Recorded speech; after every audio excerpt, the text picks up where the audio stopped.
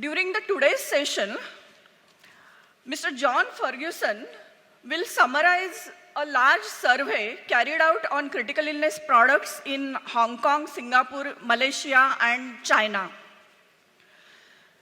John started his career in South Africa, where he qualified as a fellow of the Institute of Actuaries, UK. He then moved to the US, where he was involved in product pricing for term life, universal life, and variable insurance products. John joined Genri in their Shanghai office 12 years ago. He is currently responsible for pricing life and health products in India, China, Hong Kong, and Asian countries. After looking at the results of the critical illness survey, and in particular, effect of BMI on incidence rates, John resolved to lose weight. But I think this is applicable to me rather than John. Anyway, over to John.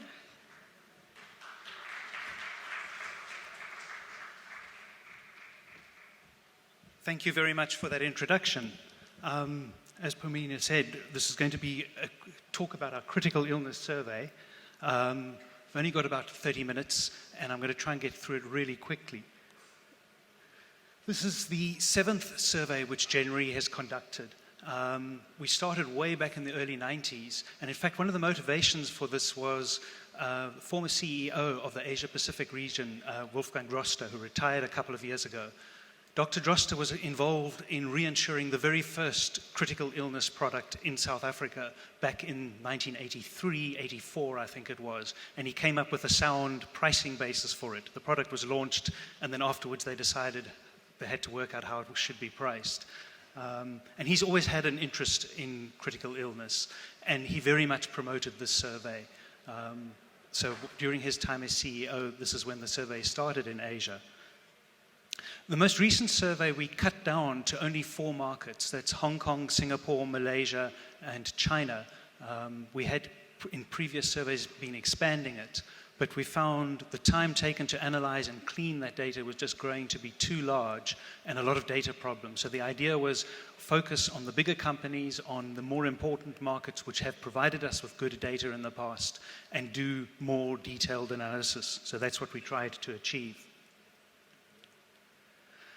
This slide just shows the types of policies that are covered in the survey. And as you can see, the great majority are traditional acceleration dread disease. Just terminology, I will often use dread disease instead of critical illness. It's exactly the same thing. The name just varies from market to market. Acceleration critical illness is where you pay out on either the first of a critical illness claim or a death claim. You can see the second most important product in the markets, but a lot less important, is additional type critical illness. That's critical illness where the person has to survive the illness for a period, anything from 7 days up to 180 days in some markets for it to be paid out. But we will focus on traditional acceleration. Why I say traditional is there's been a huge range of new variations to the products, and we haven't covered these products in the survey. They become very difficult to compare. These are products, for instance, that might offer multi-pay benefits, so you can claim a major disease more than once, or layered benefits where you have 3, 4, 5, 6 different levels of payment depending on the severity. We haven't covered those products. We have covered traditional products that also offer a minor benefit payment, but that's the limit. This shows the average sums assured, all converted to US dollars just for comparability. And you can see, with the exception of Malaysia, there has been significant growth in all of the markets. There are 2 things I want to point out. We can see, well, no, we can't see with the pointer. No, we can't see with the pointer, but hopefully you can see the blue and the yellow lines being Hong Kong and Singapore. They've grown at roughly the same pace, much higher sums assured, more developed economies, so that makes sense, except in the last 3 or 4 years where we see this jump in the Hong Kong incidence sum assured rates. And that's largely due to cross-border policies, meaning people who cross from rest of mainland China into Hong Kong and purchase a policy there. And these are typically people who are fairly well off. And that really is now a very significant part of the Hong Kong market. The other thing I want to point out is the trend in China. It's a bit more difficult to see because it starts off really low, but in the space of about 15 years, the average sum assured has gone from just under $3,000 to a fraction under $18,000. That's 6 times growth in the average sum assured over a 15-year period, so pretty spectacular growth. And the types of products that are being sold are not particularly different. It's not as if it's switched from long-term policies to short-term policies. It really is genuine growth in sum assured. Move on to analysis of claims. This section is showing the decliniture rate of claims, i.e. claims that are submitted but that are declined. We didn't get very good data from Malaysia on that, so that's not included. But you can see in all 3 markets, sort of what you'd expect. The first year, duration 0 decliniture rate is the highest, followed by the second, and then the duration 2+ decliniture rate is significantly lower, less than half of the first year. Not unexpected, but it's kind of what you would hope to see with investigation taking place on early claims that may be suspicious.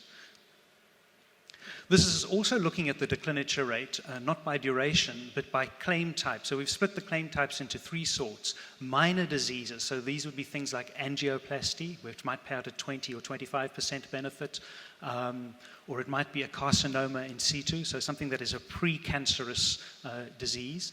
And then the other 2 types that we've classified them into are death claims and traditional, normal, full dread disease, critical illness claims. Here we can see that the death claims have the lowest decliniture rate, which also makes sense. It's pretty clear whether the person is dead or alive. That's not going to be in dispute. There may be questions of non-disclosure, etc. The major dread disease rates have higher decliniture rates, significantly higher. Also, no surprise, because there you have, in addition to the non-disclosure, the question of do they meet the definition? What is perhaps a little surprising to me when I first saw this was the really high decliniture rates for minor disease claims. I suspect a lot of this is due to lack of knowledge, mis-selling possibly, people also maybe not disclosing, buying a policy and submitting a claim 30 days later, 45 days later, hoping to get a payout. And maybe the agent told them that they could do that. But these are pretty high decliniture rates, which is obviously a problem for the industry because it creates a lack of trust, which was, I think, alluded to in one of the previous, most recent previous talk. I'm not sure if you'll be able to read this at the back. This slide shows the most common diseases claimed for males in each of the 4 markets. So we can see that in all 4 markets, cancer is definitely the most common disease claimed by males, making up anything from just under 40% to over 55% in Hong Kong. If we look at heart attack, we can see that's the second most common disease that's claimed, with the exception of Hong Kong, where angioplasty and related procedures are actually fractionally ahead of heart attack. And that's quite interesting. I think there are 2 things going on there. One is, why isn't angioplasty more common in the other markets? Do people in Hong Kong just have a higher propensity to angioplasty? I'm not sure that that's the full answer. One of the reasons will be a very good healthcare system. People have access to good healthcare, good quality healthcare, so doctors will pick up problems earlier and advise them to undergo an angioplasty. The other is, this actually isn't a strictly like-to-like comparison. We've literally just ranked the diseases by the most common claim causes. And in Hong Kong, angioplasty has been a covered disease for many, many years. So the great majority of products have covered it for many years. Whereas in China, it's a relatively uncommon disease to cover, at least until recently. Nonetheless, I think it does reflect the better access to healthcare as well. If we move on to females, this is exactly the same slide for females, we can see that critical illness for females is almost the same as a cancer product. The great majority of claims are coming from cancer for females, much more so even than males. Followed by stroke, which is sitting there at number 2. heart attack is much, much lower for females, which might be a little bit surprising, but if you think about the age structure of the population that is part of this survey, the typical in-force age for a policy, so typical issue age for a policy is around 33 to 35 in most markets. Whereas the average age of claim is maybe 10 or 12 years later, so 45, 46, 47, somewhere around there. But it's still pretty young. And for women, the heart attack risk rate, or the heart attack risk, increases significantly post-menopause. So we're looking at a population who are still not at quite such significant risk for heart attack. I do think this will change. It'll be slow, but as the in-force population grows, and as the population ages of this insured portfolio, we will see an increasing rate of heart attack for females. One of the other diseases that I think in the very long term we will see much higher incidence rates, but we're looking 30, 40 years away, are things like Alzheimer's disease and dementia, which is very often covered, but we simply don't have enough exposure at those ages to see it. But I do want to point out that I do think these are important diseases. So the fact that we're not seeing claims for it doesn't mean that it's not something to worry about. It just reflects the age structure. Because cancer is so important, we've broken it down into the type of cancer. Now, this is quite a lurid colored slide, which each color representing a different type of cancer. What you can see here is we see fairly high incidence rates of lung cancer, that sort of orangey color in the middle, colorectal cancer in all of the markets. And in China in particular, that purple, the big purple bar, the biggest one, that's basically liver cancer. There's a reason for that. Very high prevalence rate of hepatitis B, which predisposes people towards liver cancer. So we see that quite high incidence rate in China. The yellow bar towards the top, which you can see is a bit bigger in China, that is thyroid cancer. And I'm going to talk about that in a bit more detail later on. If we move on to the same sort of slide, but for females this time, the color coding is identical, but if you look at the bars for each country, they look very different because we see very different types of cancers claimed for females. By far the most common cancer in all of the markets is breast cancer, although we see in China thyroid cancer coming a close second. And I think, in fact, in the last year of the survey, thyroid cancer was the most common cancer claimed amongst females in China. We're now going to look at things like A over E ratio. So I'll just quickly give you some background into the methodology of the approach that we took. We're looking at duration 2+ claims, so we've excluded the first 2 years unless otherwise stated. We're looking at traditional acceleration products, which made up the great majority of the survey. What else should I point out here? The rates are age standardized when we're looking at overall incidence rates. And we also are including death claims. So we actually know what the cause of death is in the great majority of cases. And so, for instance, when we're looking at heart attack rates or cancer rates, that includes deaths from those diseases as well. The E is important here. What we've used as our expected is simply the set of incidence rates from a much earlier survey, 2000 to 2004 survey. There's no particular reason, well, I suppose there isn't a reason, it's just to give a standard that we can compare against, but it's not a true expected in the sense that if we say our A over E was 100%, we got it exactly right. We weren't projecting, we're simply comparing. So an A over E of 100% simply means that things have not moved since the 2000-2004 survey. This shows the trend in each of the markets, and you probably see a slight downward trend in Singapore and maybe Malaysia, and for China, possibly a slight upward trend, although not necessarily so for males in the most recent 4 years. If we look at females, we also don't see any clear trend except for China, where we see a very, very definite upward trend, where the A over E has gone from sort of 91, 92% to about 120% in the space of just over 10 years. So that's a significant rise. The two reasons for that, I think there's several reasons actually, probably three important ones. Increasing incidence of breast cancer, increasing incidence of thyroid cancer particularly, and I think overall much better awareness. In 2000, 2004 in China, this was still a relatively new product, and a lot of people, I don't think, even knew that they had critical illness cover. The agent sold them a policy, they took what the agent gave them, and they weren't always aware of what was covered. And I think that's contributed towards a very low A over E ratios early on. This is rather a detailed slide, and what it shows is the A over E ratios by duration for this survey for males. And we've also split the total A over E into death claims and critical illness claims. Two things that I think are interesting here is, one is the relatively high proportion of death claims, particularly in China and Malaysia. We can see the death claims are really significant. The second is that for 3 of the 4 markets, we see a traditional positive selection effect, i.e. lower claims in the first duration and then increasing to what our ultimate of duration 2+. But China, it's the opposite. We see much higher first-year claims incidence rates, and that really has to be due to anti-selection and non-disclosure that is not being picked up.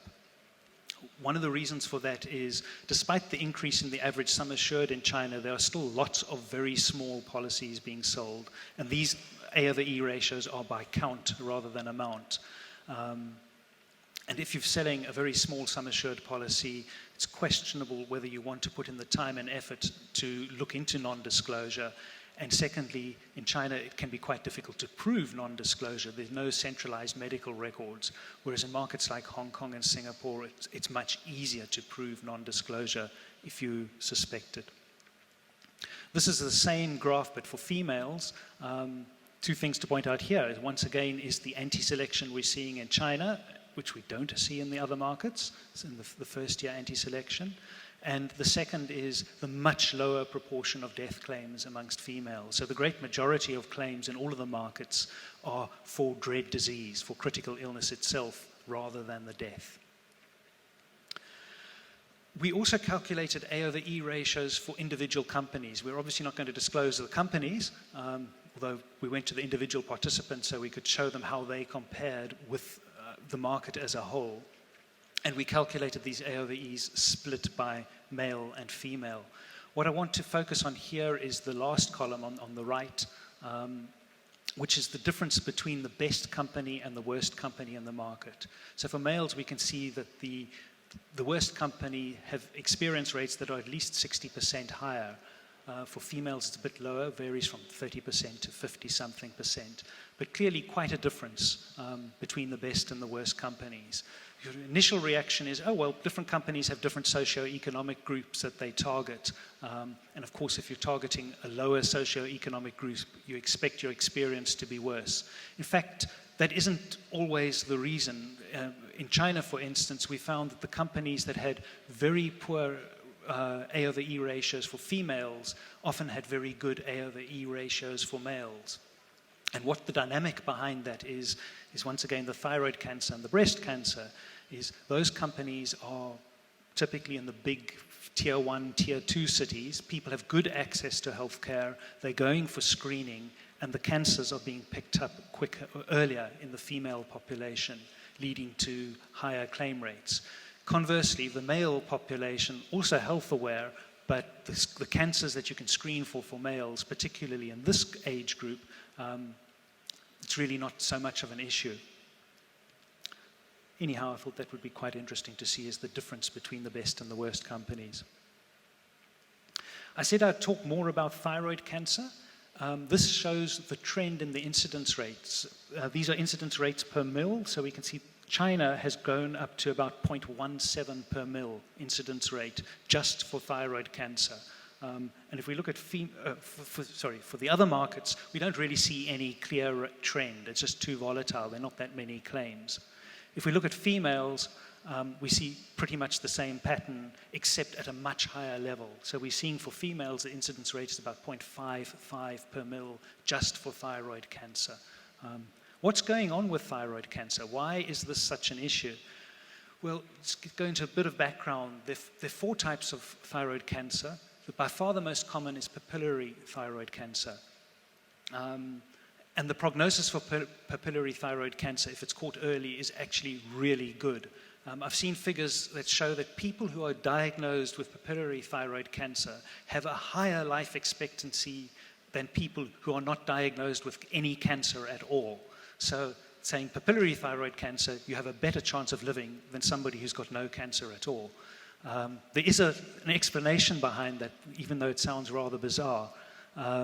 The reason largely is that the people who are getting diagnosed are going for screening, so they are higher socioeconomic group, more health aware, more health conscious, and combined with the fact that this actually just isn't a lethal cancer at all in the great majority of cases. The problem from the insurance industry's point of view is that, at least in China, is that this is a covered cancer. There's no exclusion for papillary carcinomas. And the medical profession has been pushing screening, particularly as people can get screened through workplace insurance or funded through workplaces employment. So people might go for screening every 2 or 3 years, and the doctor says, "Have you had your thyroid checked?" And the person says no, so they scan and they find the thyroid cancer. In fact, thyroid cancer is an incredibly common cancer. If we look at this room, I'm guessing there are, say, 300 or 400 people in the room. There are probably 30 or 40 people in this room right now who have thyroid cancer. And you don't know it. You will probably never know it. You won't ever have any symptoms. You might die at age 95 or 103 with thyroid cancer, not being aware of it.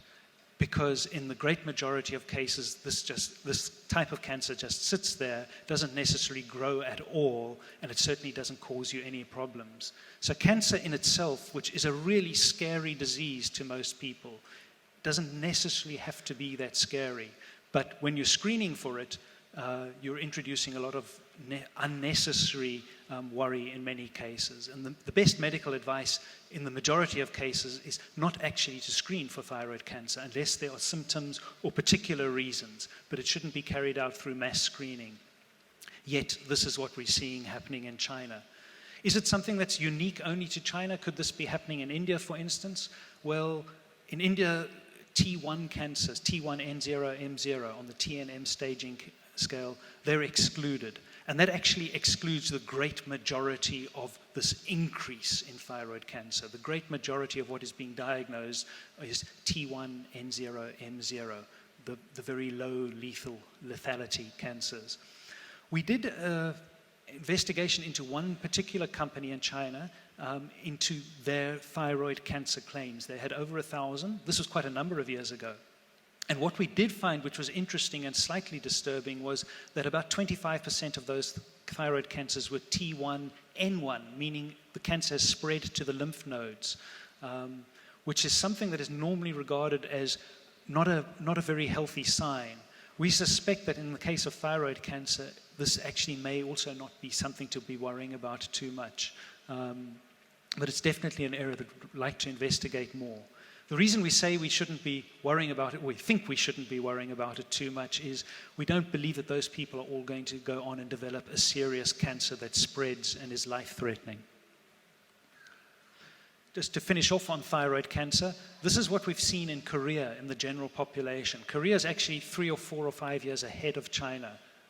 Korea, for females, you can see that the incidence rate in 2012 peaked at about 1.2 per thousand in the general population. This is not the insured population.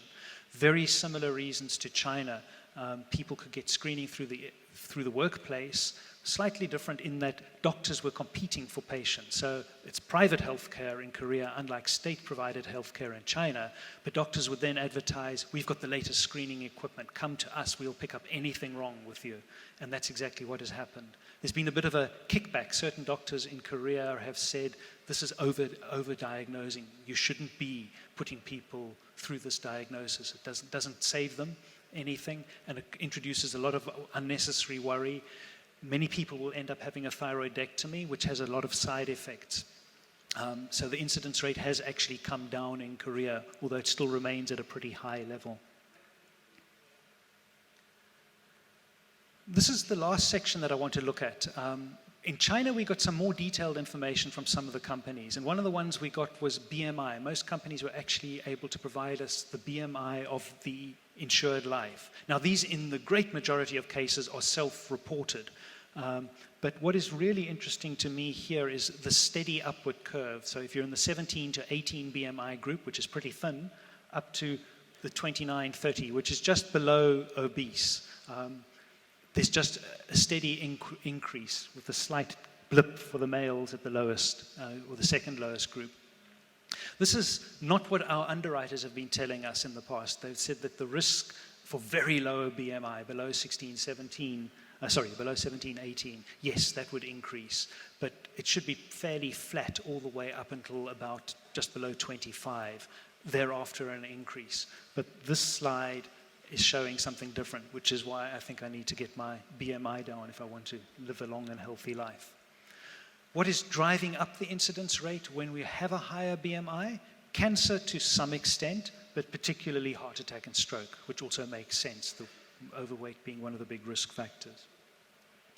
I'm also guessing that this has implications in India, where we would probably see a much higher proportion of heart attack and possibly stroke incidence rates in the general population. India, I think, will have lower cancer incidence rates, but higher heart attack and stroke rates.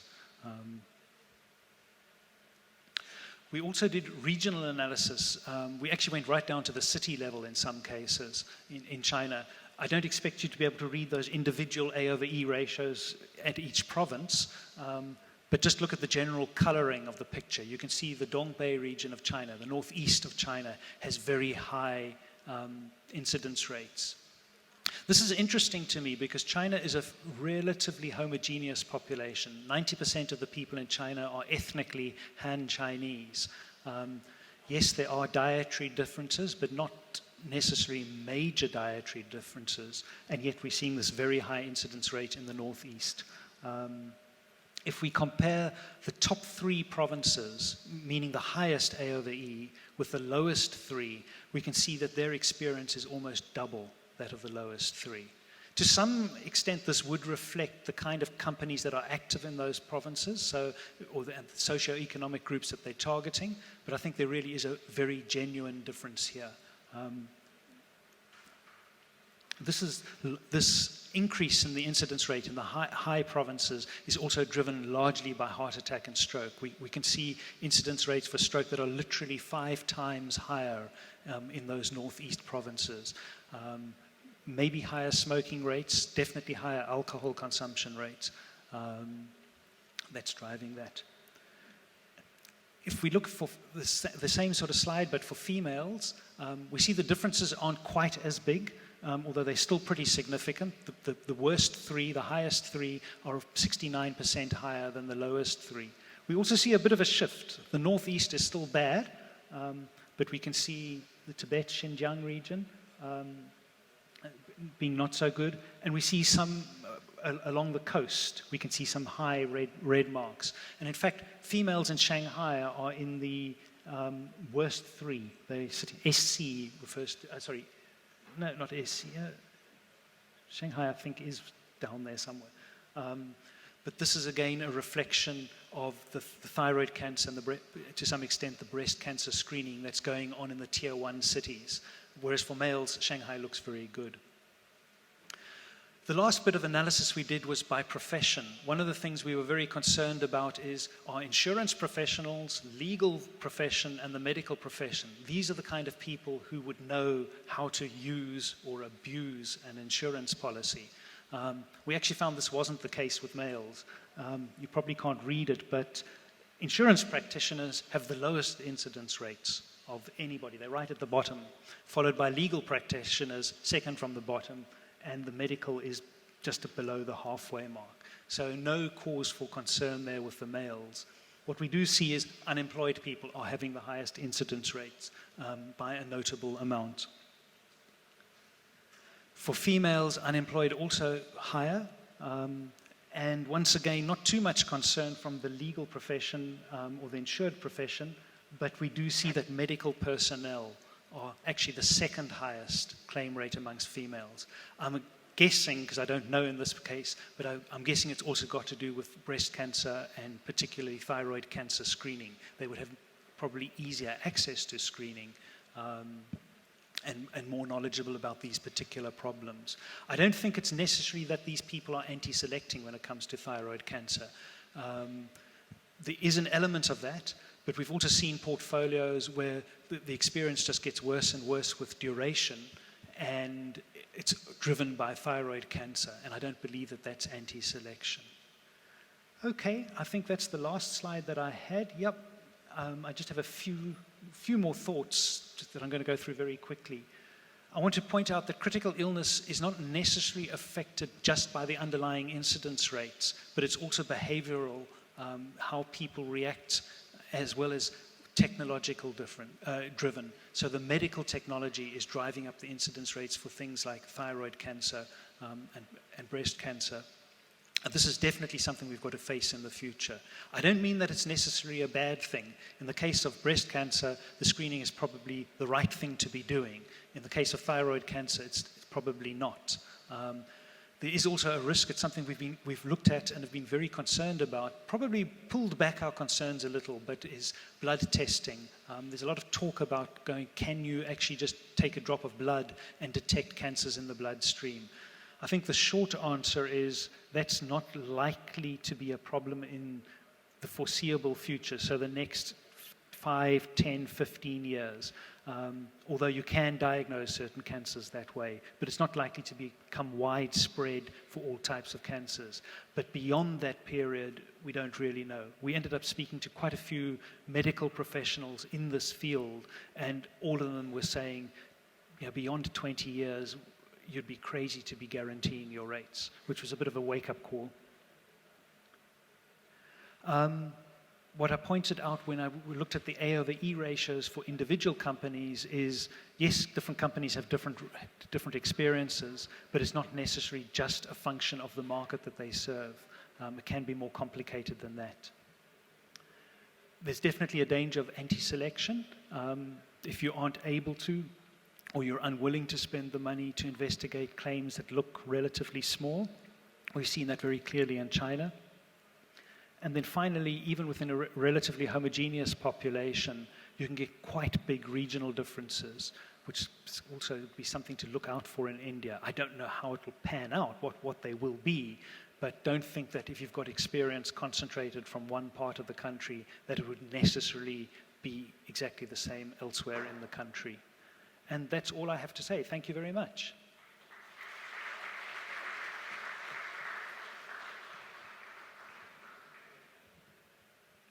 I'm open for questions. If people want to ask questions now or after the session is over, just come up and chat to me. But if there are any questions now, I'm happy to take them.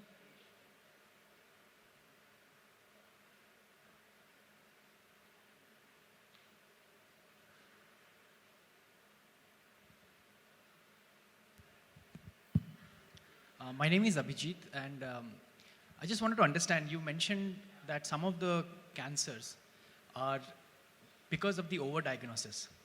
So I just want to understand if any of these markets had or have mandatory screening, or is that a good thing to introduce? Because governments typically get asked to have a mandatory screening, especially for like breast cancers post a certain age. And there are markets where this has been introduced. And so what is your thought about mandatory screening, especially for when we look at it in the context of overdiagnosis? You're asking a non-medical person. I don't think there's mandatory screening in the sense that it's absolutely compulsory, but some of the markets, definitely Hong Kong, Singapore, there's going to be widespread awareness and encouragement. People will be encouraged to go for screening. Broadly, I think that's a good thing. I mean, particularly if it's coming to something like breast cancer or prostate cancer, it improves people's health because early diagnosis will reduce the severe cancer incidence rates. The problem with something like thyroid cancer is you diagnose it, but what should you do? And as I said earlier, in the great majority of cases where it's a T1N0 and possibly even T1N1 stage, the correct medical advice is probably don't do anything except come back in 6 months' time, and if nothing has changed much, come back in a year after that. Just watch it, because this cancer is not going to burst out and spread all over the body. In fact, in some cases, the cancer disappears. The body literally fights the cancer. So it's not so much of a question, is screening good or bad?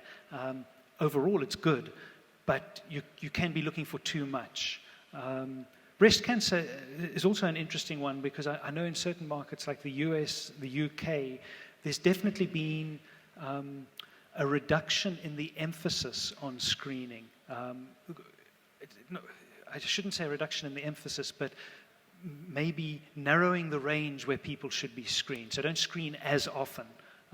That's also definitely the case with prostate cancer as well in the US and the UK. It's sort of gone through something like thyroid cancer.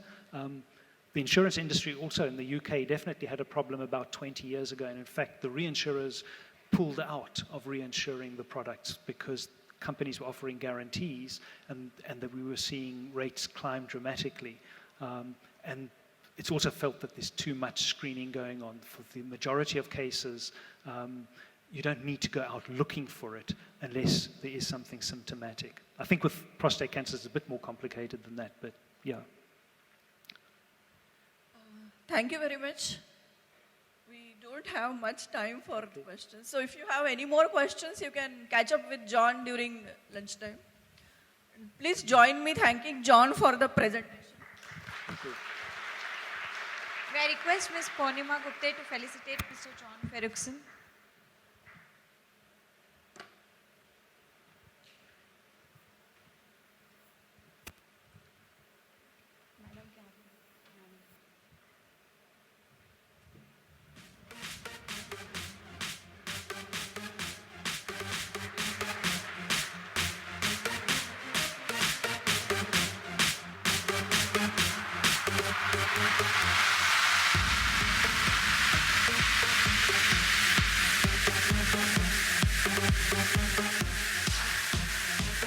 May I request Mr. Subhendu Kumar Bal to felicitate our chairperson, Ms. Purnima Gupte.